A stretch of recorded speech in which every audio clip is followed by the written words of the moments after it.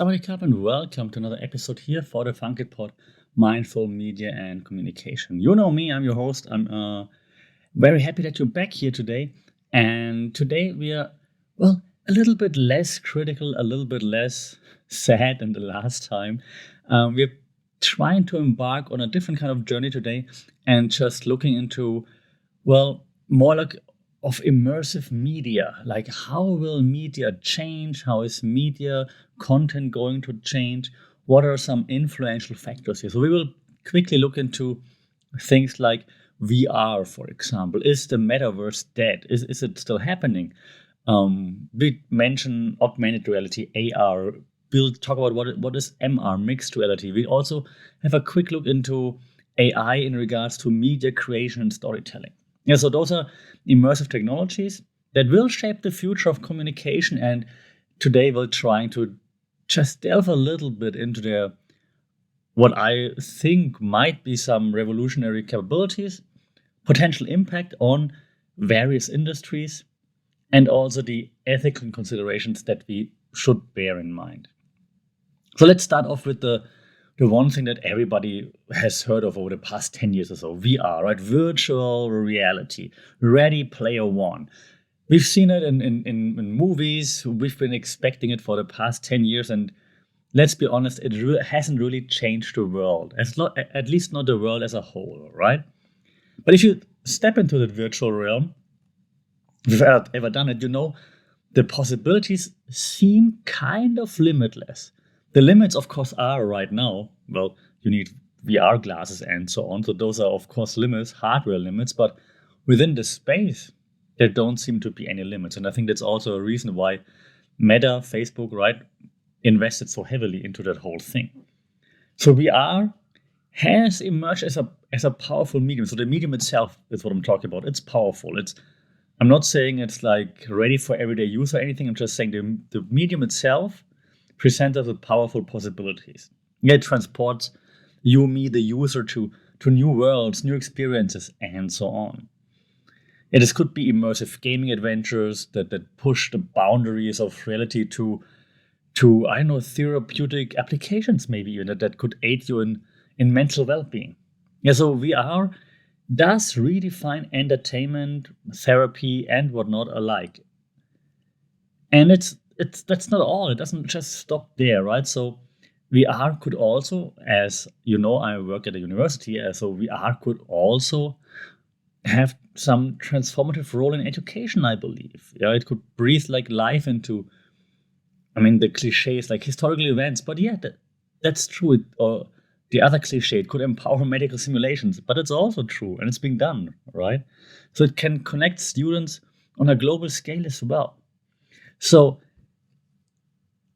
this might sound that I'm all in on the VR metaverse train. I'm not. I don't think that the metaverse, for example, will change the world within the next 5 years or so. I don't think so. But we still have to understand that VR does have some possibilities to it that we can't deny, and that can be really helpful and powerful when it comes to communication, media creation, and even education. Okay, so I think VR can maybe not reshape, but help shape the future of communication and learning and so on.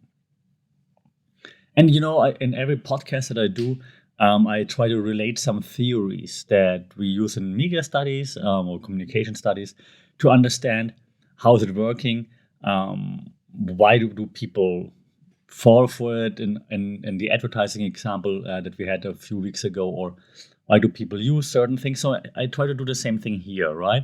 So if you look at some media theories, I think one that fits and that we discussed before is the theory that we call use and gratification. This use and gratification theory would highlight, in this case, how VR caters to our desire for more immersive experiences. Yeah, we as a user, we want experiences to be as immersive as possible, right? Especially now that we're used to experiences becoming more immersive. We're not satisfied with like 2D games anymore, for example, right? We're not satisfied with like just another teaching video, for example. We want more immersive experience. So Yeah, this could then grant us agency over our media consumption. In addition, I think another theory we discussed before was the social learning theory.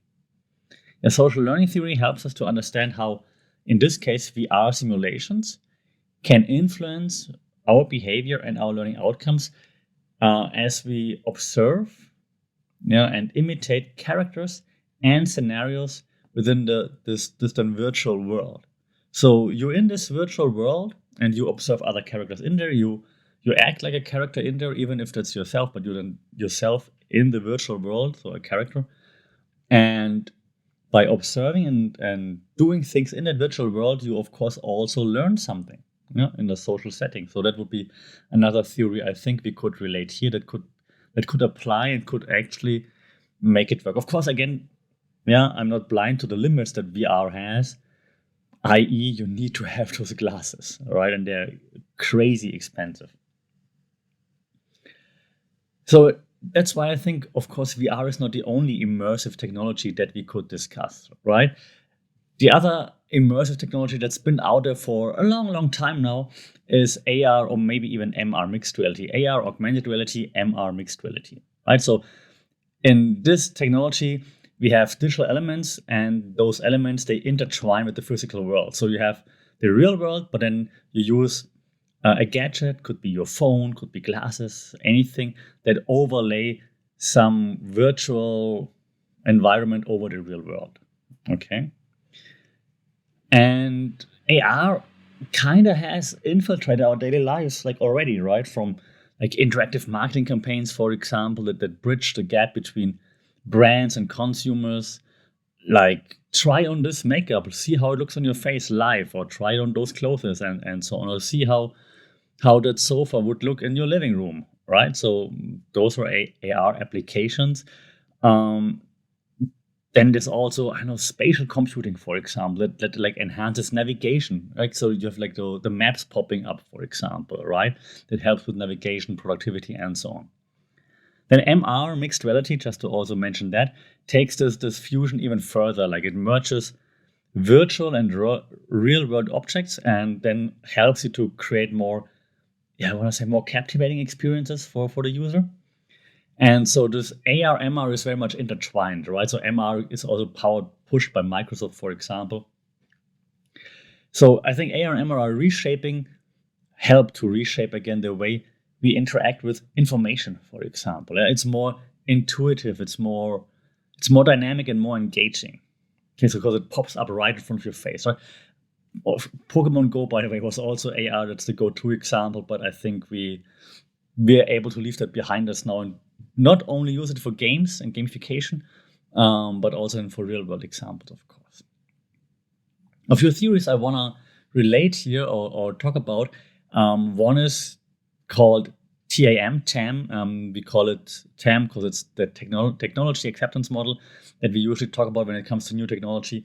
That model explains like how user acceptance works usually. So in this case, how user acceptance of AR and MR would influence widespread adoption, right? So TAM says that perceived usefulness and also the ease of use are super crucial factors in technology adoption. And that also, of course, applies to, in this case, the integration of AR and MR in different kinds of industries.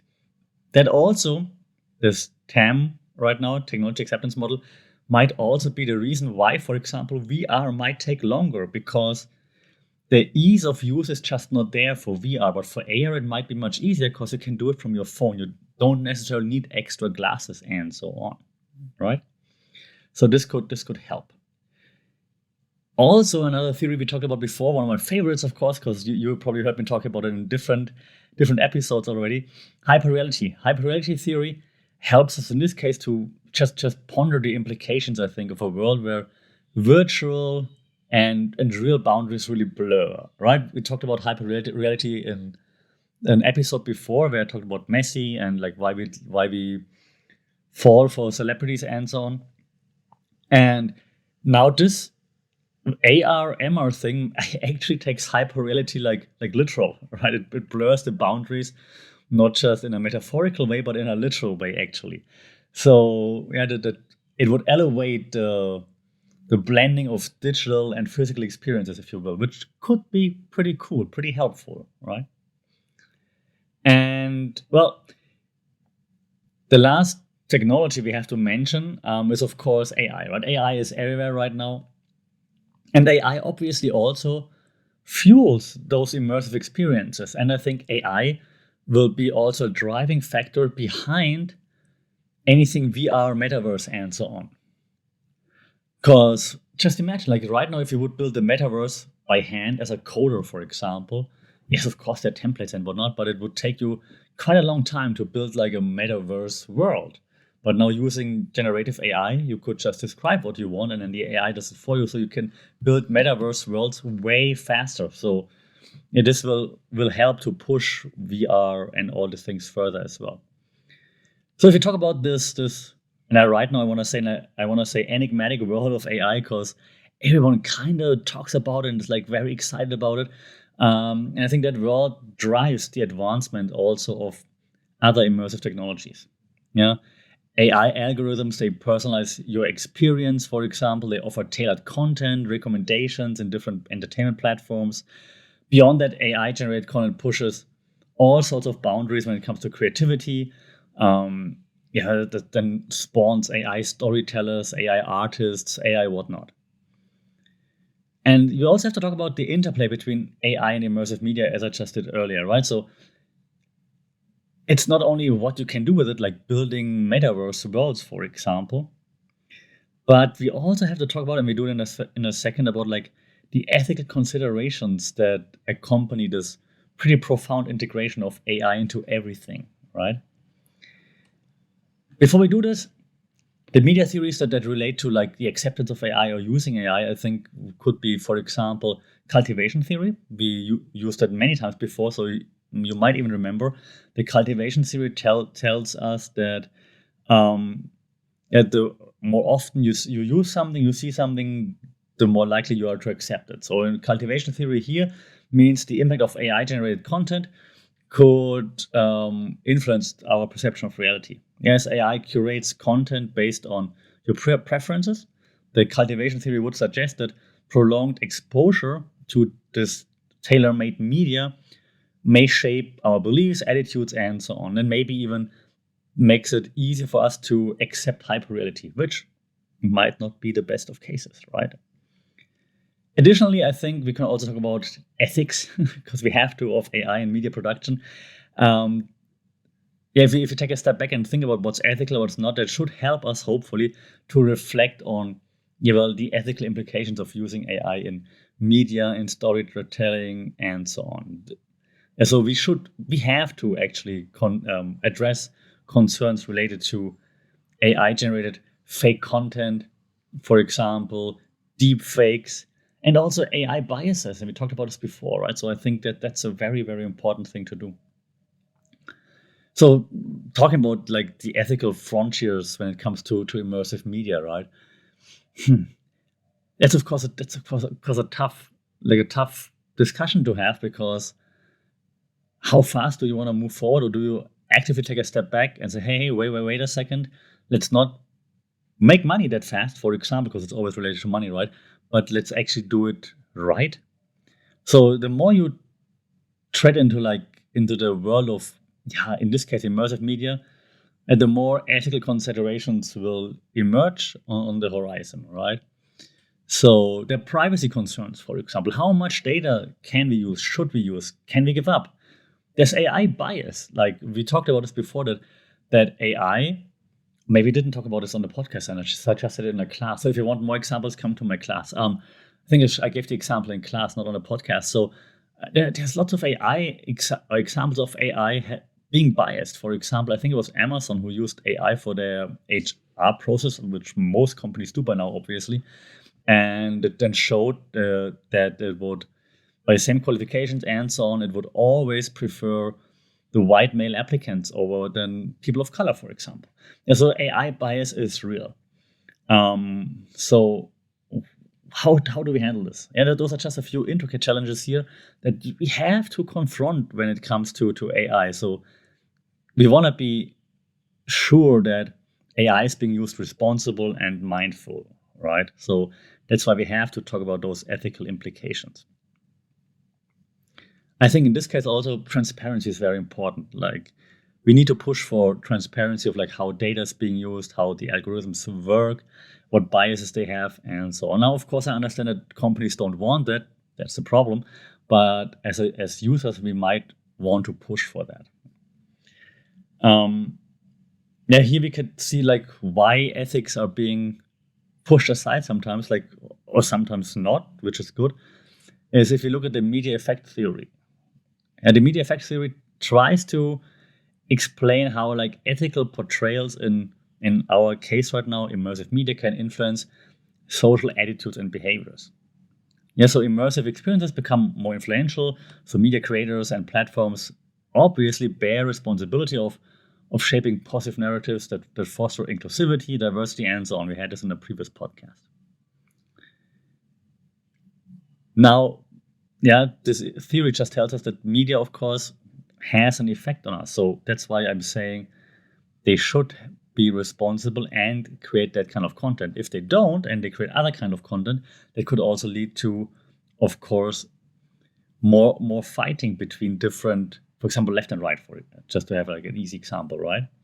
In addition, there's also media ecology, the media ecology theory, that helps us to reflect on what should be a symbiotic relationship between humans, media, technology, and so on. And it emphasizes the need for ethical considerations in the design as well and as in the implementation of those media forms, right? So it's not just how to implement it, it's also how do you design AI algorithms and so on. All right. I'll leave it with that because, 10, 15 minutes is the max here. If you want more, join my class. Semester starts again mid-August. Come by. I hope that gives you a little bit of an overview. And I'm very curious to hear what you think about AI and media production, but also do you still believe in the metaverse? Do you still see VR as an important factor? Or do you say, no, it's never going to be like more than just a conference or some advertising gadget? Let me know. Shout out. Follow, like, share, subscribe. It would be awesome. It's at FunkitPod on social media, funkitpod@gmail.com if you want to shout out via email. If you're listening to this on a podcasting platform, do leave a review. That helps us to get a wider audience. It's always appreciated. Thank you very much. Until then, leave your comments down below. What are your thoughts on AR, VR, MR, and AI in regards to media, immersive media experiences? Until then, stay safe, take care, and we talk very soon. Sawadee Krap.